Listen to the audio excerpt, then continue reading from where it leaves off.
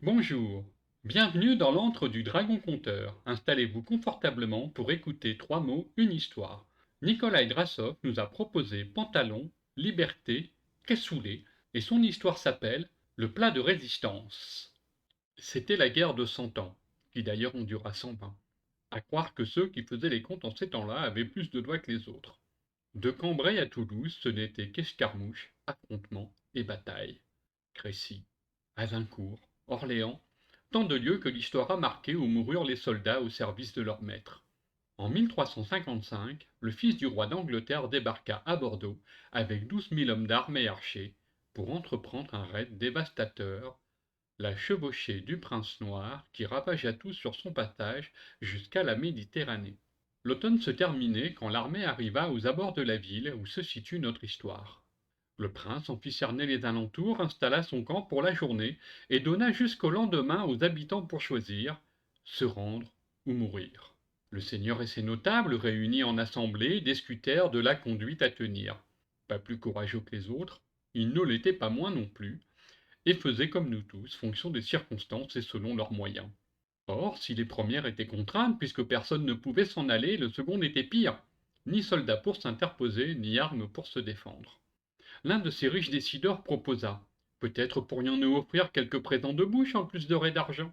Un second s'opposa: En période d'abondance, certes, nous aurions pu tenter notre chance, mais l'hiver n'est pas loin. Vu ce qu'il reste de provisions, nous n'avons rien à leur donner. Le troisième le soutint. Et pour le reste, je ne crois pas que les coffres de la ville contiennent assez pour verser une rançon digne de ce nom, à moins que vous souhaitiez vider les vôtres. Chacun préférant garder son bien, plus personne ne dit rien. La cause était entendue, et le seigneur en prit bonne note. Je vous entends. Ne cherchons pas à rentrer dans les bonnes grâces de cet agressif visiteur, d'autant que sa réputation le précède. On dit qu'il ne fait pas de quartier. Perdu pour perdu, résistons tant que nous pouvons. Que chacun réunisse ses gens, et les équipe au mieux selon ses moyens.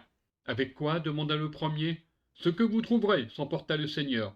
Faites tailler le bois pour en faire des lances, fixez-y du métal, cela fera des pics. Vos tissus, vos draps, vos linges, découpez-les pour en faire des tenues. Ce sont vos vies que vous jouez, plus question d'hésitation. Les nobles allèrent faire exécuter les ordres, et la ville se prépara à affronter l'envahisseur. À la nuit tombée, en haut des remparts, les habitants changés en soldats de fortune, dont la plupart portaient casque et lance pour la première fois, s'alignèrent en tremblant, tant de peur que de froid. Si leur nombre et leur apparence pouvaient faire illusion de loin, leur attitude ne laissait pas de doute sur ce qui adviendrait quand l'ennemi approcherait. Ils n'étaient pas de taille à lui résister. Voyant cela, le seigneur envoya son fils et l'escadron de jeunes recrues qu'il avait sous ses ordres chercher de quoi les ragaillardir. Bière, cidre ou vin, peu importait, tant qu'ils y puiseraient force et courage. Les enfants partirent dans la ville, passèrent de maison en maison, et grande fut l'heure des convenus. Il n'y avait plus rien à boire. Les anciens avaient compris comment les événements tourneraient au matin, et n'avaient pas attendu le soir pour vider barriques et pichets. Leurs méfaits commis, ils ronflaient, affalés sur les tables, avec le sourire béat de qui a accompli sa dernière volonté. Le fils se désespéra. Qu'allait en dire son père? Cela lui fit penser. Sa réserve secrète, personne ne peut l'avoir vidée. Lui seul sait où elle est. En plus de moi, il faut le dire, puisque je l'ai suivi enfant pour savoir où elle se trouvait. Il s'y rendit aussitôt, poussa les tonneaux, bascula la trappe et descendit dans la cache chercher de quoi accomplir sa mission. Consternation une fois de plus, en parcourant les rayonnages, partout des mets ou des trésors et nulle part d'eau-de-vie.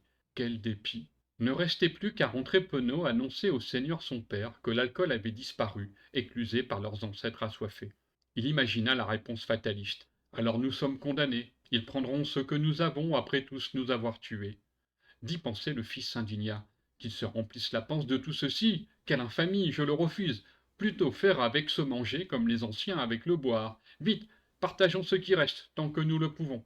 L'escadron de jeunes obéit et apporta de quoi manger aux soldats qui sur les remparts avaient ordre de ne pas bouger. Mais la réaction ne fut pas celle escomptée. À chaque enfant venu servir, le soldat demandait chaud, et quand l'enfant répondait non, lui préférait refuser. Rien.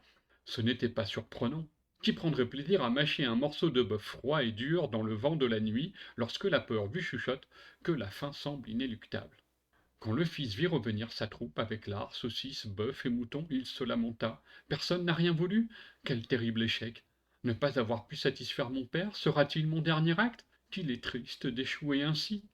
Bras chargés, les autres attendaient en silence. Rappelés à ses responsabilités par leurs regards insistants, il fit remiser le manger dans les pots vides les plus proches, de grandes jattes en terre cuite aux bords évasés, les cassoles. Au moins une bonne chose de faite, il aurait été mal de jeter, même en de telles circonstances. En les voyant toutes remplies, il comprit ce qu'il devait faire. Mettons-les à chauffer, et puis distribuons, ainsi ils seront satisfaits. Un de ceux qui l'accompagnaient haussa les épaules. Il n'y en aura jamais assez. Tu as raison. Rajoutons des fèves, des navets, et pourquoi pas des herbes aromatiques. Persil et sauge viendront tout parfumer. Ils mirent de tout dans chaque cassole et les firent mijoter dans chacun des feux de la ville. Le soleil n'était pas levé lorsque l'odeur vint au nez de ceux à qui elle était destinée, et l'envie leur prit d'y goûter. Le fils était heureux de les voir réagir ainsi. Restait une dernière épreuve, à mener ce manger jusqu'en haut, avant qu'il soit froid. Une écuelle en bois n'y suffira pas. Il faut apporter les plats. Sauf que les cassoles, longtemps restées près du feu, étaient bouillantes, impossible à transporter sans se brûler, et pas de quoi se protéger. Serviettes, mouchoirs, draps de lit et tentures avaient servi pour les drapeaux et les tuniques. C'est avec, vous l'avez deviné, ce qu'il restait de leurs habits, que les jeunes de la ville apportèrent leur soutien culinaire à ceux qui les défendraient au matin. Chemises et pantalons servirent à porter ce plat de résistance chaud et savoureux qu'on appellerait plus tard cassoulet. La légende prétend que les soldats en furent tant ragaillardis qu'à l'aube, ils boutèrent le prince noir et ses troupes hors du pays. Certains croient qu'on nomma les habitants de Castelnaudary les Chauriens en souvenir de cette nuit où les seuls mots qu'ils prononcèrent furent justement chaud et rien. D'autres affirment qu'il est possible que cette histoire ait inspiré, quelques centaines d'années plus tard, d'autres résistants sans culottes qui marchaient pour la liberté. Allez savoir si c'est vrai. Voilà, c'est fini. J'espère que cette histoire vous a plu. Si oui, pensez au pouce bleu et pour être informé des nouvelles publications, abonnez-vous et activez la cloche. Pour suivre et soutenir le travail de David Fenrick, les liens sont en description.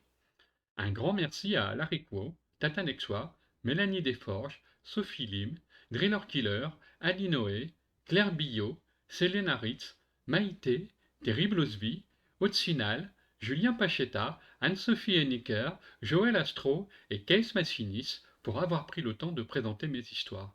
Je suis si content de pouvoir les partager. La prochaine fois, c'est Jeanne Malisa qui nous emmènera en voyage avec les mots raclette, raclure et rançon. Je crois qu'on va encore bien s'amuser. Merci de m'avoir écouté et à bientôt pour de nouvelles histoires, les miennes et les vôtres.